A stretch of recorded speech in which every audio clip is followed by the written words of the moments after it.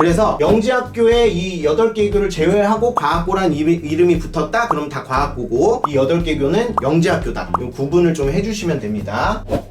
영재학교하고 과학고의 비교를 좀 많이 하셔서 뒤에 장표도 넣었는데 앞부분에 간단히 말씀을 드리면 영재학교는 전국 단위 선발을 하는 곳입니다. 전국 단위 선발이 뭐냐? 제주도에서 서울권에 있는 서울과학고를 지원을 해도 무방하다는 얘기예요. 그런데 과학고는 지역 단위 선발이에요. 만약에 예를 들어 서울에 학교를 다니고 있는 학생 같은 경우는 서울에 있는 한성과학고나 세종과학고 외에는 다른 지역을 지원할 수가 없어요. 만약에 다른 지역에 있는 과학고를 지원하고 싶으시면 거주지 기준이 아니고 학교 기준, 그 학교로 전학을 가셔야 됩니다. 그 지역 학교로. 영재학교는 아까 앞에 말씀드린 대로 8개 교가 있고요. 서울과학고, 경기과학고, 한국과학영재학교, 대구과학고, 대전과학고, 광주과학고, 세종, 인천, 과학예술영재학교 이렇게 해서 총 8개 교가 있습니다. 어머님들께서 과학고랑 좀 혼동을 하시는 분들이 좀 많으셔서 좀 말씀을 드리면 과학고가 붙었다고 다 과학고가 아니에요. 여기 보시면 한성과학고, 세종과학고, 경기북과학고 같은 경우는 이제